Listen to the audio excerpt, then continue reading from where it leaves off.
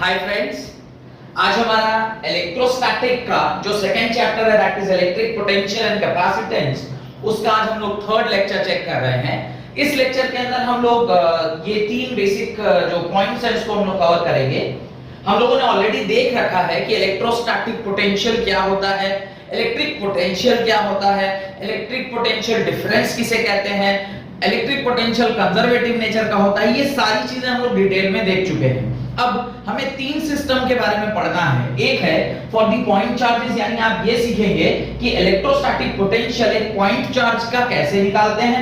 Electrostatic potential system of charges, जहां पर एक से ज्यादा चार्ज होते हैं उसके अंदर आप इलेक्ट्रोस्टैटिक पोटेंशियल कैसे निकालते हैं। और जो तीसरा पॉइंट है that is electrostatic potential due to a dipole, जब दो चार्जेस रखे हों इक्वल एंड अपोजिट चार्जेस, तो उसकी वजह से जो इलेक्ट्रोस्टैटिक पोटेंशियल डेवलप होता है किसी एक पॉइंट पर, उसको हम लोग चेक करते हैं। तो एक एक करके ये तीनों पॉइंट आज हम लोग कवर करेंगे इस लेक्चर में। कोशिश करूंगा कि तीनों का तीनों कंप्लीट हो जाए।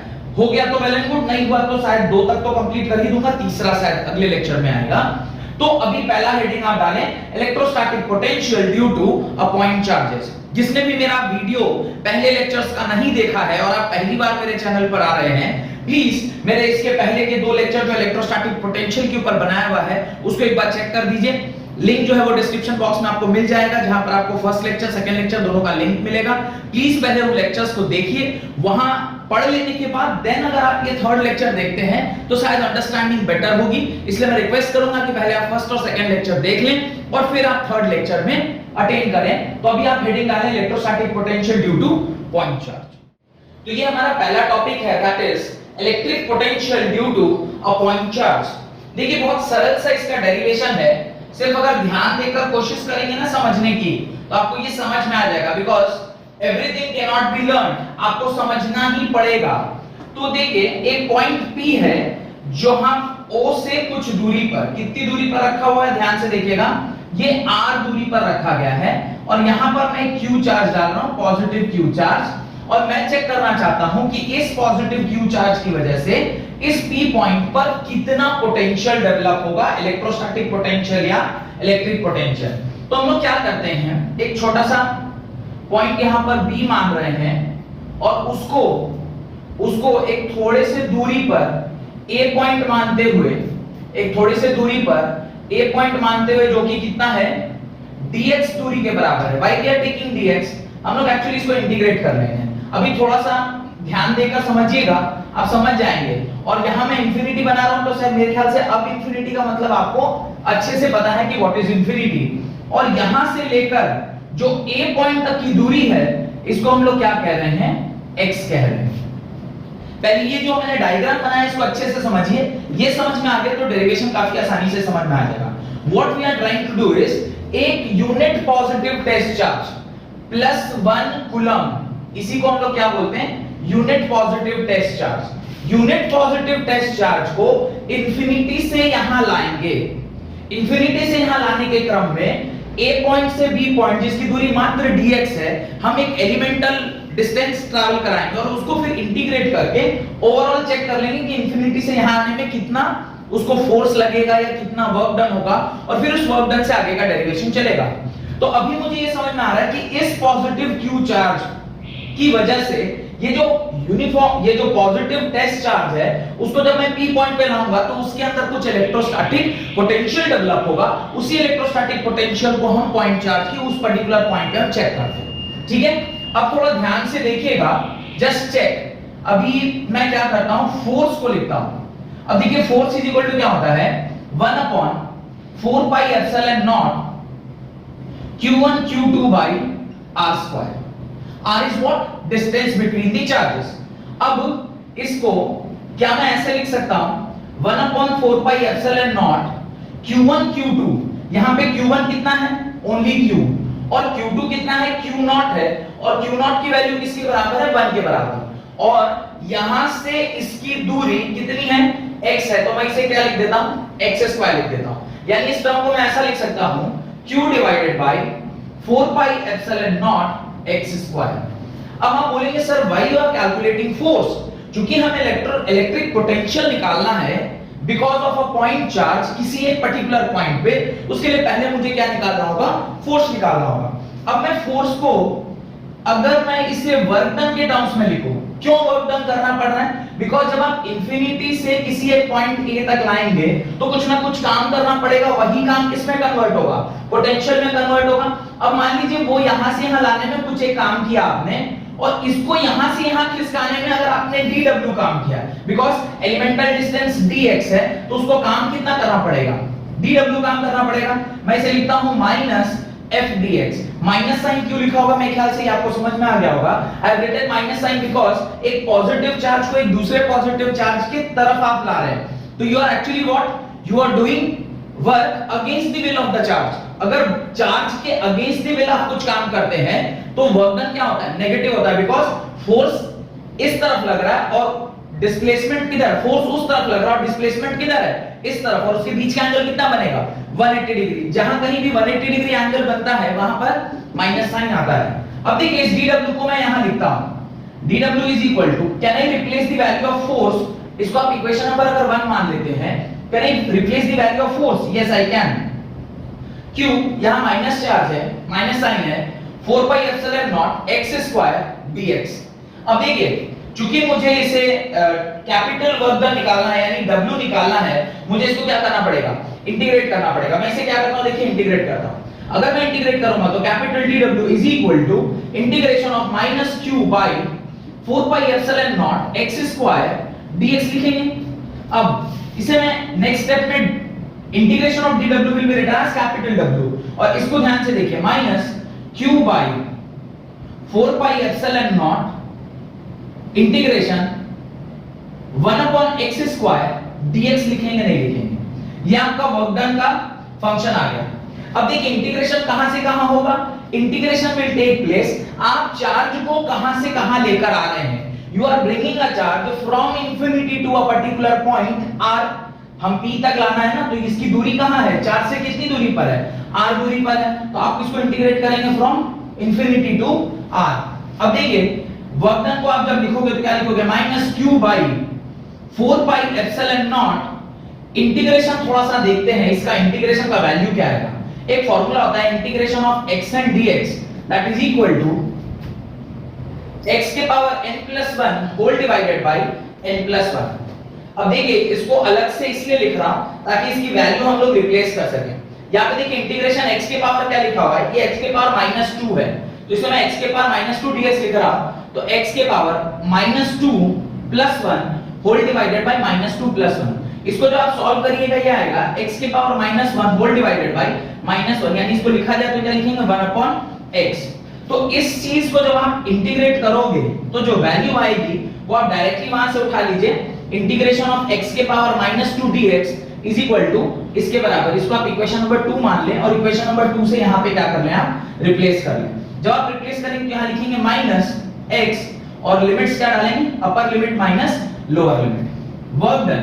अब देखिए एक नेगेटिव साइन अंदर है, इसे मैं बाहर भी निकाल सकता हूं या फिर इसे पॉजिटिव करूंगा तो मेरा, अगर मैं इसे पॉजिटिव करूंगा तो लिमिट भी चेंज कर जाएगा। मैं एक काम करता हूं, ये नेगेटिव को बाहर ही निकाल देता हूं। अच्छा छोड़िए, लिमिट चेंज कर देते हैं, minus q upon 4 pi epsilon not, limit change कर रहा हूं 1 अपॉन x इंफिनिटी से r तक। अब इसको थोड़ा और ध्यान से देखिए, अगर ये वाला पार्ट आपको विजिबल है तो यहीं कर देता हूं। अच्छा कोई बात नहीं, आप पहले यहां तक उतार लें, यहां तक करने के बाद will rub the board and then will do it. ये वाला पिक्चर तो आपने बना ही लिया होगा, इस पिक्चर को अगर आपने बना लिया है तो मुझे ज्यादा नहीं, बस थोड़ी सी जगह चाहिए, यहां थोड़ा सा प्लेस चाहिए। देखिए w इज इक्वल टू, आप इधर देखें, -q by 4 pi epsilon naught और upper limit 1 upon infinity minus 1 upon r, work done is equal to -q upon 4 pi epsilon not into 1 upon infinity is 0, यहां पे क्या बच गया, 1 by r। This implies work done is equal to minus minus positive q by 4 pi epsilon naught into 1 by r, that is equal to q by 4 pi epsilon naught r। यानी जो work done आपका calculate होके आया है वो है work done is equal to Q by 4 pi epsilon not R। इसको आप क्या करेंगे, डब्बे में बंद कर लीजिए। Work done is equal to क्या आ रहा है, Q by 4 pi epsilon not into R। और यही वर्क डन किसमें स्टोर हो रहा होगा, मैंने आपसे कहा था ना ये वर्क डन किसमें स्टोर होगा, this work done will be stored in the form of potential. तो इसी वर्क डन को आप क्या लिख सकते हैं, इसी वर्क डन को आप पोटेंशियल लिख सकते हैं Q by 4 pi epsilon not into R। तो पोटेंशियल एक पॉइंट चार्ज की वजह से किसी भी एक पॉइंट जो कि R डिस्टेंस की दूरी पर है वो किसके बराबर आया, V is equal to Q upon 4 pi epsilon not R। अब देखिए यहां से एक चीज जो मैं कंक्लूड कर सकता हूं वो ये है कि पोटेंशियल जो है वो इनवर्सली प्रोपोर्शनल टू R है। यानी ये तीनों के तीनों ही जो मैंने ब्रैकेट बनाए हैं, जो डब्बा मैंने बनाया है, ये तीनों ही बहुत ही इंपॉर्टेंट है। ये बॉक्स भी बहुत इंपॉर्टेंट है फार्मूला पॉइंट ऑफ व्यू से, ये बॉक्स भी बहुत इंपॉर्टेंट है फार्मूला पॉइंट ऑफ व्यू से, और ये बॉक्स भी बहुत ज्यादा इंपॉर्टेंट है फार्मूला पॉइंट ऑफ व्यू से। तो इन तीनों को आप वहां पर लिख लें, इसको आप अपनी कॉपी में उतार लीजिए। पूरा डेरिवेशन है जिसको आप अपनी कॉपी में लिखना चाहिए। अगर यहां तक आपने लिख लिया है तो उसके बाद एक छोटी सी चीज और आपको समझ में आनी चाहिए। मैंने आपको लास्ट लेक्चर में बोला था कि जब electrostatic potential due to a point charge हम लोग पढ़ेंगे उसके अंदर मैं आपको तीन चीजें बताऊंगा, एक कॉन्सेप्ट बताऊंगा, दूसरा डेफिनेशन बताऊंगा, और तीसरा graph between potential and R भी ड्रॉ करेंगे। तो अभी हम नेक्स्ट काम क्या करते हैं, ग्राफ बिटवीन पोटेंशियल और R डेवलप करते हैं। उससे पहले मैं आपको एक चीज और याद दिलाना चाहता हूं कि इलेक्ट्रिक फील्ड का जो प्रोपोर्शनैलिटी था वो किसके करस्पॉन्डिंग था, E was inversely proportional to R square। लेकिन अभी तुरंत आपने देखा है V is proportional to inversely proportional to R के बराबर है। यानी इन दोनों को कहीं ना कहीं एक रिलेशनशिप इनके बीच में डेवलप हो रहा है। क्या रिलेशनशिप है, वोल्टेज जो है वो इनवर्सली प्रोपोर्शनल टू R है। इसका मतलब स्क्वायर रिलेशनशिप नहीं है। अगर आप एक यूनिट R में बढ़ते हैं तो पोटेंशियल करस्पॉन्डिंगली एक ही यूनिट घटता है, इनवर्सली प्रोपोर्शनल है तो घटेगा। अगर आप 2 यूनिट बढ़ रहे हैं तो वोल्टेज जो है वो 2 टाइम्स ही घटेगा। लेकिन इलेक्ट्रिक फील्ड में क्या हो रहा था, इलेक्ट्रिक फील्ड में जब आप 1 यूनिट बढ़ते थे तो पहली बार तो इलेक्ट्रिक फील्ड 1 यूनिट ही बढ़ रहा था, लेकिन जब आप 2 से 3 हुए यानी distance was change from 2 centimetre to 3 centimetre, उस टाइम पे अगर चेंज आपका 2 सेंटीमीटर का था तो इलेक्ट्रिक फील्ड करस्पॉन्डिंगली कितने से चेंज हो जाएगा, 4 से। अगर आप 3 सेंटीमीटर का चेंज है तो इलेक्ट्रिक फील्ड कितने से चेंज हो जाएगा, 9 टाइम्स से चेंज हो जाएगा। तो यहां पे स्क्वायर इनवर्स का रिलेशनशिप है, वेयरएज पोटेंशियल के साथ सिर्फ इनवर्स रिलेशनशिप है, स्क्वायर इनवर्स नहीं है। ये काफी इंपॉर्टेंट पॉइंट है और इसी को ध्यान में रखते हुए हम लोग अभी एक ग्राफ प्लॉट करेंगे। अब हम लोग इलेक्ट्रिक पोटेंशियल का ग्राफ प्लॉट कर रहे हैं विद रिस्पेक्ट टू डिस्टेंस। ये आपका क्या है, this is V versus R का ग्राफ प्लॉट हम कर रहे हैं। This is distance from the charge, distance from the charge, और V is electric potential, this is electric potential. ध्यान से देखिएगा, क्योंकि ऑलरेडी अभी आप लोगों को मैंने समझाया है कि इलेक्ट्रिक फील्ड और इलेक्ट्रिक पोटेंशियल का कुछ रिलेशनशिप है। ध्यान होगा, अभी थोड़ी देर पहले मैंने बताया था electric field is inversely proportional to R square and electric potential is inversely proportional to R। लगे हां तो एक और रिलेशनशिप लिख देता हूं, force is inversely proportional to R square. यानी फोर्स और electric field is inversely proportional to R square whereas potential is inversely proportional to R। अब अगर मैं इनके ग्राफ प्लॉट करता हूं तो अगर V वर्सेस R डिस्टेंस को आप देखें तो V वर्सेस जो R ग्राफ होगा वो कुछ इस प्रकार से होगा, जहां पर E जो आपका पोटेंशियल है वो ग्रेजुअली नीचे की ओर जा रहा है और ये इंफिनिटी तक जाएगा बिकॉज़ ये सिर्फ R है। लेकिन जब मैं इसी ग्राफ में इलेक्ट्रिक फील्ड वाला कंपोनेंट भी डालूंगा, इलेक्ट्रिक फील्ड वाला जो कंपोनेंट इसमें डालने के बाद ग्राफ कुछ ऐसा बनने वाला है। The reason for this is कि इसका जो स्लोप है वो इससे ज्यादा रहेगा बिकॉज यहां इनवर्सली प्रोपोर्शनल टू R है और यहां inversely proportional to R square है। और ये जिस पॉइंट पर ये जिस पॉइंट पर एक दूसरे को कट करते हैं, experimentally that value is found to be 1। Experimentally ये वैल्यू क्या पाया गया? 1, 1.0 ये आपका डिस्टेंस पाया गया है। और जिस पॉइंट पर ये कट रहा है इलेक्ट्रोस्टैटिक फील्ड, इलेक्ट्रिक फील्ड या इलेक्ट्रिक पोटेंशियल, उसको भी क्या बोल रहे हैं? 1 वोल्ट बोल रहे हैं। यानी red is denoting what? Red is denoting voltage and black is denoting what? It is denoting electric field. और इलेक्ट्रिक फील्ड या मैं फोर्स बोलूं तो बात एक ही है, बिकॉज़ दोनों इनवर्सली प्रोपोर्शनल ग्राफ में होते हैं। तो प्लीज इसको आप अपनी कॉपी में जरूर बना लें और उसके नीचे, इस ग्राफ के नीचे बस एक बात लिख लीजिएगा, due to a single charge at a particular point which is r distance apart from a point charge, the force is inversely proportional to the square of distance between them.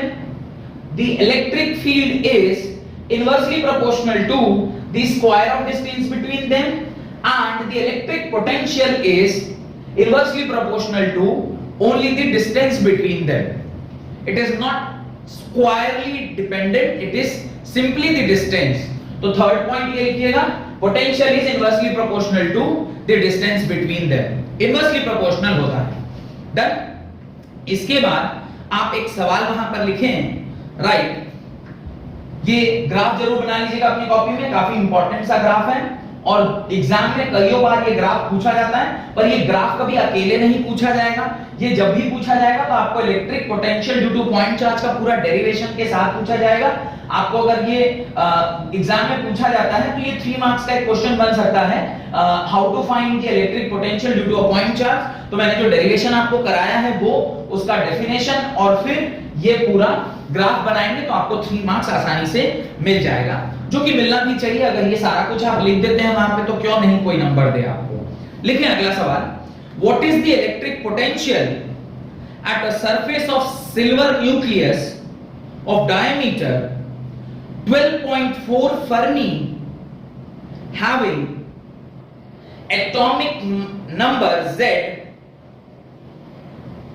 47. What is the electrostatic potential at the surface of silver nucleus of diameter 12.4 Fermi having atomic number of silver is equal to 47. आपको atomic number दिया हुआ है, आपको diameter की value दी गई है और आपसे कह रहा है कि भाई आप बताइए इलेक्ट्रोस्टैटिक प्रिंसिपल, इलेक्ट्रोस्टैटिक जो पोटेंशियल है वो कितना होगा। काफी आसान सा क्वेश्चन है, इसका सॉल्यूशन हम लोग लगे हाथों अभी तुरंत चेक कर लेते हैं। देखिए क्या है इसका सॉल्यूशन। होप कि ये ग्राफ आपने अपनी कॉपी में बना लिया होगा। चलिए चेक करते हैं कि ये सवाल कैसे सॉल्व होगा। बहुत ही आसान सवाल है। सवाल कह रहा है आपको पोटेंशियल निकालना है। पोटेंशियल किसकी वजह से? न्यूक्लियस के ऊपर। किसकी वजह से? उसके अंदर के चार्जेस की वजह से। तो पोटेंशियल का फार्मूला होता है V = Q by 4πε0 R। अब पोटेंशियल, ये इसका मैं सॉल्यूशन बता रहा हूं इस सवाल का। पोटेंशियल, अब देखिए मुझे चार्ज निकालना है। चार्ज डायरेक्टली तो नहीं निकलेगा पर इनडायरेक्टली निकल सकता है, क्योंकि एक यूनिट चार्ज की वैल्यू होती है 1.6 × 10⁻⁻19 कूलम। लेकिन इसने जो बोला है वो किसके बारे में कह रहा है? Ag, सिल्वर के बारे में बात कर रहा है। और सिल्वर के न्यूक्लियस में टोटल नंबर ऑफ प्रोटॉन्स कितने होंगे? तो जितना उसका एटॉमिक नंबर होता है। एटॉमिक नंबर किसी भी एटम का, एटॉमिक नंबर किसी भी एटम का इज इक्वल टू होता है नंबर ऑफ प्रोटॉन्स के बराबर, नंबर ऑफ प्रोटॉन्स के बराबर। तो क्वेश्चन में मेरे ख्याल से उसने कहा है 47 is the atomic number of silver. तो Ag का atomic number Z of Ag दिया हुआ है 47। अब अगर दिया हुआ है तो नेट चार्ज Q कितना निकलेगा? 47 into 1.6 into 10⁻⁻19 कूलम। तो अब यही इसी वैल्यू को आप कहां यूज कर लीजिएगा? यहां यूज कर लीजिएगा। तो आप लिखेंगे 1/4πε0 into Q की वैल्यू आप लिखेंगे 47 into 1.6 into 10⁻⁻19 whole divided by. अब देखिए नेक्स्ट टर्म जो है वो R है। तो ये तो हमने Q का कैलकुलेशन कर लिया। अब R के बारे में देखते हैं। R उसने बोला है 12.4 फर्मी 12.4 फर्मी। पर ये जो उसने फर्मी बोला है, this is not actually radius, this is diameter. अब डायामीटर बाय 2 ये किसके बराबर होता है? रेडियस के बराबर। तो रेडियस इज इक्वल टू क्या हो जाएगा?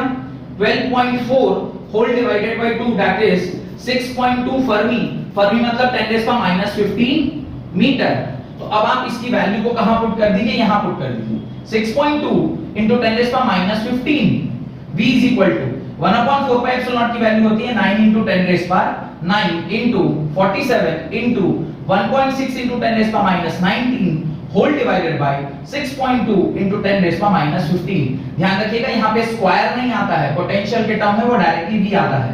और जब इस सारे वैल्यूज को आप सॉल्व करेंगे, the final answer which you are going to get is 1.09 into 10⁻⁻7 1.09 into 10⁻⁻7 sorry plus 7 इतना वोल्ट आपको यहां पर मिल जाता है। तो काफी सरल सा सवाल था, सिर्फ आपको वैल्यूज पुट करने थे और वैल्यूज डायरेक्टली नहीं दिए गए थे, कुछ फर्मी के टर्म्स में आपको रेडियस दिया हुआ था, डायमीटर दिया था, उसको आपने रेडियस में बदला।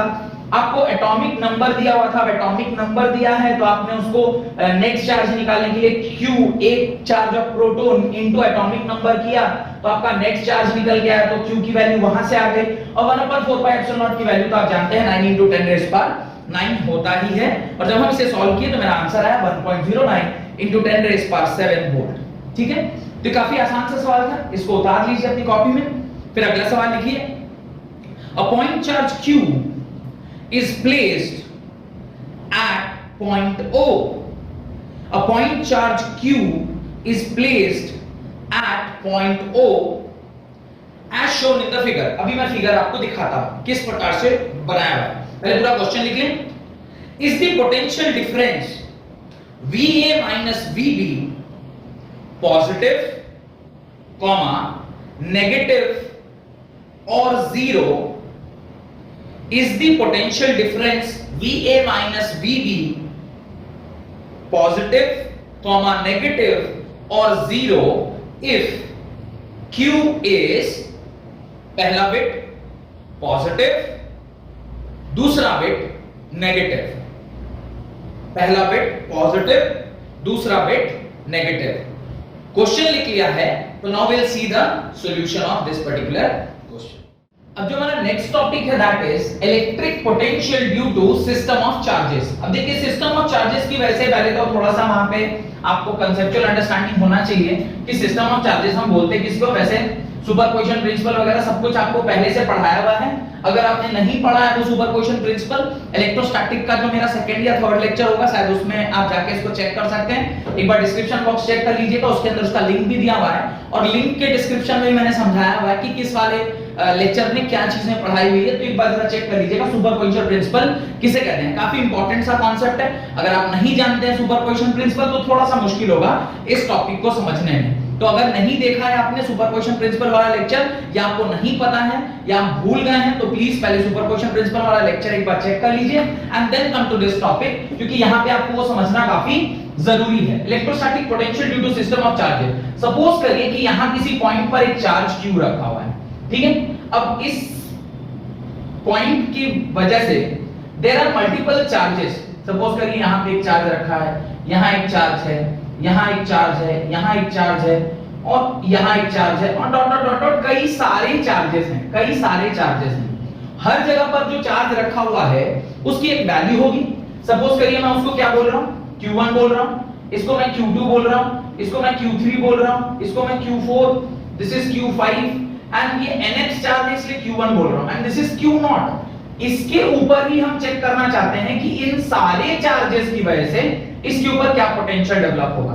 तो इनके बीच की जो दूरी होगी इसे मैं R1 लेता हूं, इसके बीच की दूरी को R2, इसके बीच की दूरी को R3, इसको R4, इसको R5 और चूंकि यहाँ पे nth चार्ज है तो उसकी दूरी को मैं Rn लेता हूं। तो आप देखिए V1 में क्या लिखूंगा, V1 में लिखूंगा चार्ज जिसकी वजह से आप पोटेंशियल चेक कर रहे हैं divided by 4 pi epsilon not into R1। V2 में क्या लिखूंगा, V2 में लिखूंगा Q2 by 4 pi epsilon not into R2। V3 क्या लिखेंगे, Q3 by 4 pi epsilon not into R3। Dot dot dot dot जब मैं Vn लिख रहा हूंगा तो मैं क्या लिखूंगा Qn whole divided by 4 pi epsilon not into Rn। यहां तक मेरे ख्याल से कोई भी आपको दिक्कत नहीं हो रही होगी कि ये V1 V2 V3 dot dot ये सारा V1 तक हमने लिख लिया है। अब मुझे ये चेक करना है कि इसके इस पॉइंट के ऊपर इन सारे चार्जेस की वजह से नेट पोटेंशियल कितना होगा, यानी मुझे V नेट निकालना है। अब मैंने आपसे ये पहले भी कहा हुआ है कि एडिशन दो ही प्रकार से होती है, एक वेक्टोरियल एडिशन, दूसरा अलजेब्रिक एडिशन। जब किसी वेक्टर क्वांटिटी को आपस में हम ऐड करते हैं तो वहां पे वेक्टोरियल एडिशन लगता है। अगर कोई स्केलर क्वांटिटी है जिसको हम ऐड कर रहे हैं तो वहां पे स्केलर एडिशन लगता है। चूंकि इस जगह पर हमारा जो वेक्टर है, हमारा जो क्वांटिटी है वो एक स्केलर क्वांटिटी है, तो इसको हम किस प्रकार से ऐड करेंगे, अलजेब्रिकली ऐड करेंगे। अलजेब्रिकली ऐड करना मतलब 1 + 2 + 3 = 6। This is algebraic addition. पर 1 + 2 + 3 इज नॉट इक्वल टू 6। वहां पे आपको लगेगा 1 + 3 का जो रिजल्टेंट होगा वो होगा 1 का होल स्क्वायर प्लस 3 का whole square plus 2 * 1 * 3 cos theta का अंडर रूट। ऐसे जब रिजल्टेंट निकालते हैं, याद होगा आपने दो वेक्टर का रिजल्टेंट कैसे निकलता है, a और b वेक्टर है, इनका रिजल्टेंट निकालना है तो रिजल्टेंट का फार्मूला आता है r = √a² + b² + 2ab cos theta. तो वो वाला फार्मूला हम लोग वहां लगाते हैं जो हमने इलेक्ट्रिक फील्ड में लगाया था। इलेक्ट्रिक फील्ड एक वेक्टर क्वांटिटी है, उसका जब हमने एडिशन किया था यानी सुपरपोजिशन प्रिंसिपल से निकाला था कि electric field due to system of charges, तो वहां पे हम लोगों ने वही वाला फार्मूला लगाया था जहां पे हमें वेक्टर एडिशन करना था। पर चूंकि now we are concerning with the electric potential which is a scalar quantity, तो हमें इसको कैसे ऐड करना होगा, अलजेब्रिकली ऐड करना होगा। अलजेब्रिकली ऐड करेंगे तो इन सारी क्वांटिटीज को ऐड कर देते हैं। सिंपल एडिशन है, V1 + V2 + V3 + dot dot dot dot dot dot plus Vn तक हमने ऐड कर दिया। अब मैं इसकी वैल्यू यहां पुट करता हूं, क्या लिखूंगा Q1 whole divided by 4 pi epsilon naught R1 plus V2 क्या लिखूंगा Q2 4 pi epsilon not R2 plus Q3 क्या लिखूंगा V3 क्या लिखूंगा 4 pi epsilon not R3 plus dot dot dot dot plus Qn 4 pi epsilon not Rn। ध्यान से समझिए, क्या मैं यहां से 1/4 पाई एप्सिलॉन नॉट को कॉमन ले सकता हूं, तो मेरे पास क्या बचेगा Q1/R1 plus Q2/R2 plus Q3/R3 plus dot dot dot dot Qn/Rn, यही टर्म बचेगा। अब इसको अगले स्टेप में क्या लिख सकते हैं, V net is equal to 1/4 pi epsilon naught summation Qi/Ri where I goes from 1 से लेकर n तक।